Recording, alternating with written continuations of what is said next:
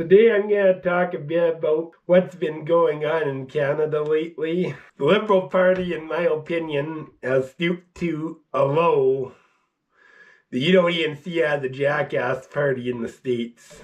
It's unprecedented how bad it is. What happened is there are two moderate leaders in the Liberalship race. They were like one was Chandra Ria, don't know if I'm saying his name right, and the other one was Ruby Dhalla.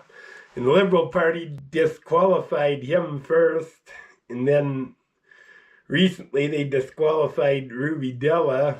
Part of the reason they're disqualifying her is because they're citing possible ties to India, because she's of Indian descent. Problem is, she is born and raised in Canada. She's not an East Indian, she's Canadian. Only the Liberals can get away with that. If the Conservatives or Republicans pulled that crap, the media would never leave them alone.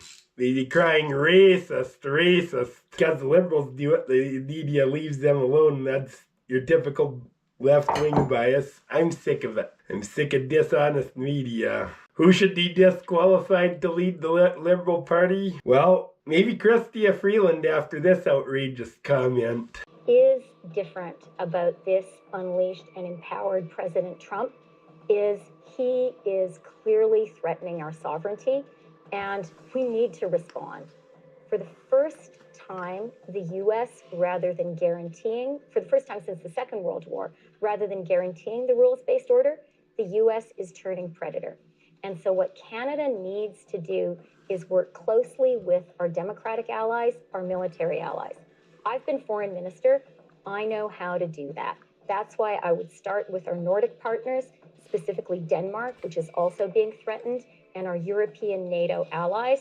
I would be sure that France and Britain were there, who possess nuclear weapons, and I would be working urgently with those partners to build a closer security relationship that guarantees our security in a time when the United States can be a threat. Me, it should be Mark Carney, who doesn't even identify as a Canadian, as in this clip. European, as a honorary European. Oh, you are? Speaking as a European, I'd like to say, Paul.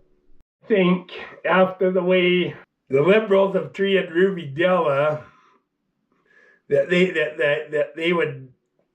Canadians would punish them. They wouldn't want them to be there to form the government ever again after that kind of a racist after a racist display like that. But no, the Liberals are surging in the polls, and although I don't trust the polls, the fact is the Liberals are still surging in the polls, and Canadians are a bunch of idiots. And if Canadians betray Alberta again, it's time to separate and join the U.S. It's time for Alberta to become the 51st state. If anybody but Pierre Poilievre wins the next federal election, it's time to become a state.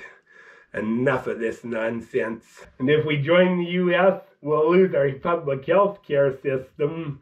Granted, I know that's a disadvantage, but we'll have a booming economy. With Trump as being the president, we'll have a booming economy here. You'll exploit our resources. You'll help us exploit our resources to the max and boom, and our whole province will boom. Or it'll be or state, I guess. Be a state then. We'll have no equalization payments. We'll lose that. We'll have, actually, if anything, a better participation in government, because the senators would be elected. We'd choose them instead of Trudeau, instead of a left-wing idiot prime minister like we got now, who picked most of the Senate. And the senators don't speak for us; they speak for him. They're always gonna be biased. There's nothing fair about Trudeau. There's nothing centrist about him. He's a left-wing egomaniac, and we'd have a better dollar, a stronger dollar. I hate the physical American currency, okay? I absolutely detest that. If you ever use Canadian money, you'll never want to have greenbacks ever again. It's so much better. But that being said, it's also worth 70 cents US. It'd be nicer to have the stronger dollar. Be a great deal for us. It really would. And we'd have we'd no more transfer payments, no more equalization, no more blockading of our natural resources, no more Bill C-69s and stuff designed to keep investment away. And like, who wants to do a mining project if it's gonna take them 19 years to jump up through all the hoops, or 10 years maybe on average, 10 years at minimum? Who wants to do that? And we've been faced with that all the time, and it's time for a change. It really is time to become the 51st. Well, the Trump tariffs have somewhat taken effect.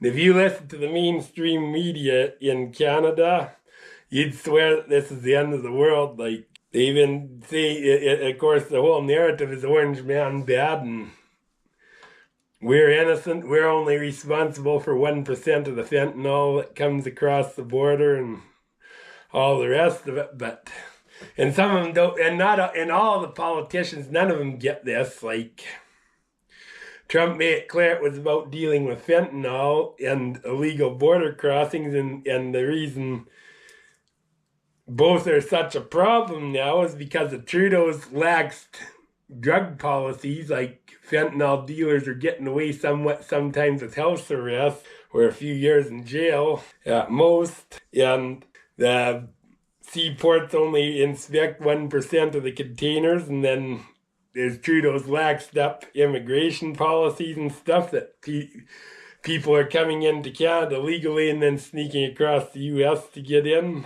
And Trump has a reason. Trump is justified for his actions, I think. I know I might lose some of you with this, but he is the president of the United States, and it's that country he has to look out for. The rest of the world has to look out for themselves. And we've never had a leader that did that in Canada. Not really. It's always been Canada last, second banana, Canada last, whatever. And it's wrong. And Canada needs to get its act together. The booing of the Star Spangled Banner, like I say, I totally condemn that behavior. And listen, if you hate Trump, I don't care if you love Trump or hate Trump or anywhere in between, or didn't vote or whatever. When Canadians boo the Star Spangled Banner, it is an insult against all Americans, and I'm ashamed of Canadians for that. Canadians are not angry at the American people for this. We don't have anything against Americans. Americans are our neighbors, our friends, our partners. We do things together. We've done things together for decades and generations. This is a policy decision by the American government designed to go after the Canadian economy. This is a trade war, yes. But Canadians are hurt. Canadians are angry. We're going to choose to not go on vacation in Florida or Old Orchard Beach or wherever. We're going to choose to try to buy Canadian products and forego bourbon and other classic American products. And yeah, we're probably going to keep booing the American anthem. But let me tell Americans, we're not booing you. We're not booing your teams. We're not booing your players. We're booing a policy that is designed to hurt us. And we're insulted. And we're angry. But we're Canadian, which means we're going to stand up for each other. We're going to fight. And we're going to win. Trudeau was saying that we're booing Trump's policies when we boo the U.S. national anthem. Well, that's a load of crap. The reason it's a load of crap is because there's a lot of Canadian policies that Trudeau put in that are hurting Canada too. And he did on purpose just to hurt some Canadians. Bill C-69, the law that makes it so it's just about impossible to do any projects, like it's like 17 years to approve a mine or 19 or something stupid like that. Then he said there's no business case for that liquefied natural gas, even though countries are begging for it and all the rest of it. He's the one who effectively blocked pipelines from this country. Like Energy East would have been a real big good deal for Alberta, and he of course stopped that. Northern Gateway was approved and he nixed that too. And then he had other policies such as Bill C-63 that thank God that we lost that in prorogation for now, but that would have been goodbye free speech, and there's just a few things he's done to hurt Canadians. So no, Trudeau booing the national anthem is not about policy, because if it was, then we should be booing "O Canada," and that's wrong. We don't boo our own national anthem, and that we shouldn't be booing theirs either. It's a freaking disgrace. And are you sure you guys want these people in the United States? Because I don't want to share a country with them anymore, and I am Canadian. I'm tired of these left-leaning idiots who have ruined our country. They've blockaded our resources. They have turned away $500 billion worth of investment in this country.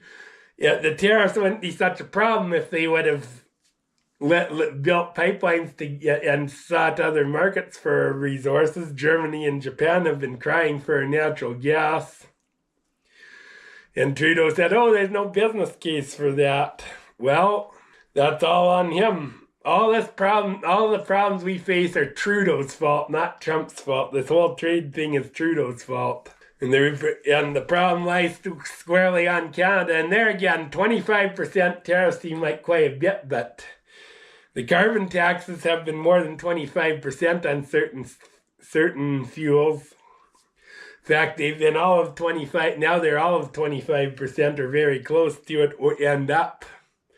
Like natural gas and coal are several fold. They're not even percentage, they're multiple times over.